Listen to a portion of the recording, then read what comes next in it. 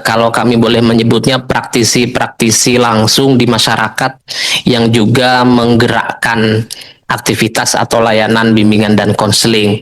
Nah, hadir bersama saya, tapi mungkin biar waktunya tidak panjang, saya tidak sebutkan satu persatu.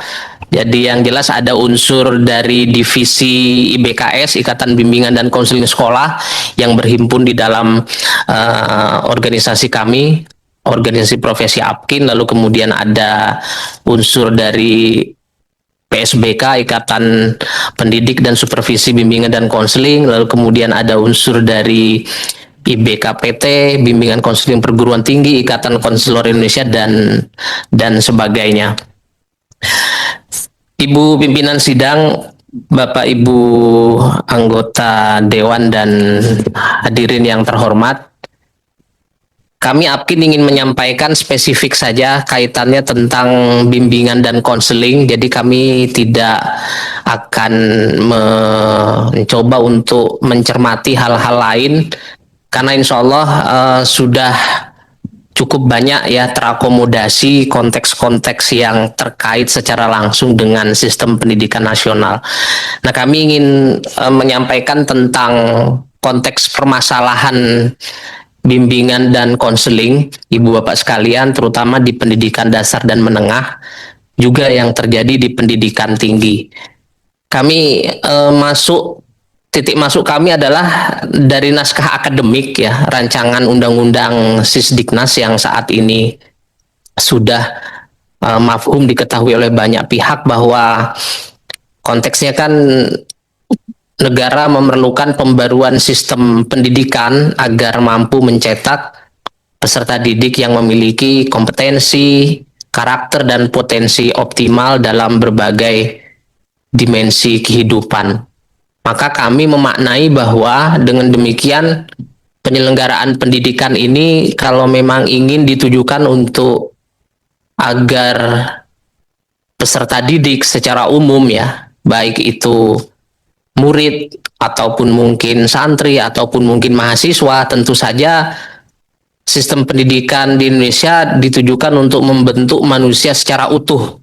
Jadi tidak hanya dari aspek akademik, tetapi juga aspek pribadi, sosial, bahkan orientasi karir di masa yang akan datang. Nah, terkait dengan keutuhan atau integritas ya dari sisi kemanusiaan yang menjadi tujuan utama dari pendidikan ini, Ibu Bapak sekalian, prakteknya pada saat ini kami menilai bahwa dalam hal ini kalau kita bicara tentang layanan bimbingan dan konseling, terutama di jenjang pendidikan dasar, menengah maupun juga di pendidikan tinggi, meskipun secara konseptual atau bahkan mungkin di tataran filosofis, konsep guidance and counseling ini sudah menjadi literatur wajib di dalam ilmu pendidikan, tetapi pada faktanya masih sering diposisikan hanya sebagai pelengkap kegiatan pendidikan. Jadi masih belum dilihat sebagai salah satu yang punya fungsi sentral untuk penyeimbang bahwa tujuan pendidikan itu tidak hanya bersifat akademik, tetapi juga yang ada kaitannya dengan non-akademik, terutama hal-hal yang terkait dengan perkembangan aspek kepribadian, sosial, dan sebagainya. Nah, kami juga melihat bahwa kebutuhan peserta didik ini kan terhadap pendampingan psikososial, penyesuaian diri, pencegahan masalah, dan perencanaan masa depan juga semakin mendesak di tengah dinamika sosial dan perkembangan global. Next, kami ingin memberikan ilustrasi saja Ibu Bapak sekalian berdasarkan fakta yang ada bahwa persoalan-persoalan yang saat ini kita hadapi dan ini sudah menjadi trending ya, bahwa kita dihadapkan dengan fakta, misalkan ini satu survei yang pernah dilakukan oleh psikiatri UGM bekerja sama dengan salah satu lembaga internasional di tahun 2022. Sepertiga remaja Indonesia ini mengalami kesehatan mental. Ini populasinya dari remaja yang ada itu mencapai 15,5 juta. Beberapa masalah yang dialami seperti depresi, kecemasan ya, post traumatic stress disorder dan sebagainya. Bahkan 1/20 ya Kalau ini adalah sepertiganya yang mengalami masalah kesehatan mental, 1/20-nya mengalami apa yang disebut dengan levelnya lebih tinggi lagi, bukan hanya sekedar problem kesehatan mental, tapi sudah sampai pada level gangguan kesehatan mental atau mental health disorder.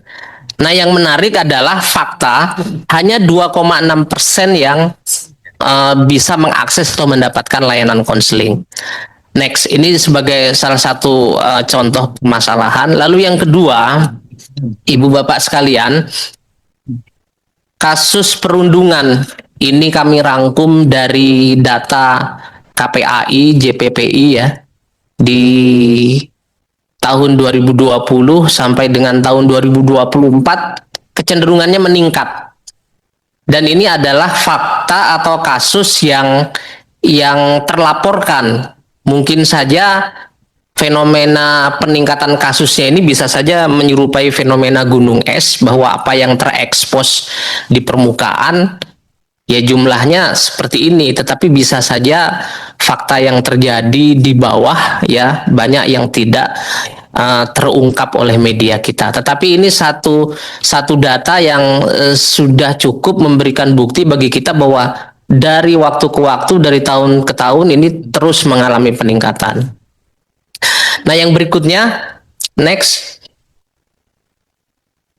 Nah, terkait dengan persoalan kesehatan mental dan perundungan, kami sengaja melokalisir dua persoalan ini. Kalau kita coba identifikasi, banyak sebenarnya hal-hal yang terkait dengan persoalan-persoalan psikologis ya, di luar konteks akademik. Meskipun akademik itu juga ada hal-hal yang sifatnya penyesuaian yang juga menjadi permasalahan ya di kalangan peserta didik kita. Dan sebenarnya bimbingan dan konseling selama ini, terutama guru-guru BK kami, telah dibekali pemahaman dan keterampilan untuk melakukan deteksi dini, asesmen masalah, intervensi konseling, hingga merancang program pencegahan dan penguatan karakter. Dan fungsi-fungsi yang dijalankan ada fungsi pemahaman, fungsi pencegahan, kemudian pengentasan masalah, fungsi developmental atau pengembangan, dan fungsi advokasi itu sendiri. Jadi kalau dilihat secara konseptual, guru-guru BK kami sebenarnya sudah dibekali dengan pemahaman dan skill untuk bisa terlibat secara aktif di dalam, mulai dari mengidentifikasi, kemudian bagaimana melakukan upaya-upaya preventif, sampai dengan upaya-upaya penanganan yang sifatnya kuratif dan seterusnya. Lanjut. Nah, terkait dengan persoalan-persoalan yang dihadapi, terutama yang tadi saya sampaikan, betapa rendahnya akses terhadap layanan konseling, ini sebenarnya bisa kita kaitkan dengan fakta ketenagaan, Ibu Bapak sekalian. Jadi kalau kita melihat sumber data yang kami coba olah dari beberapa kali pertemuan dengan Kemendikdasmen, dan sebelumnya pada saat masih Kemendikbudristek, ini sumber data dari Dapodik.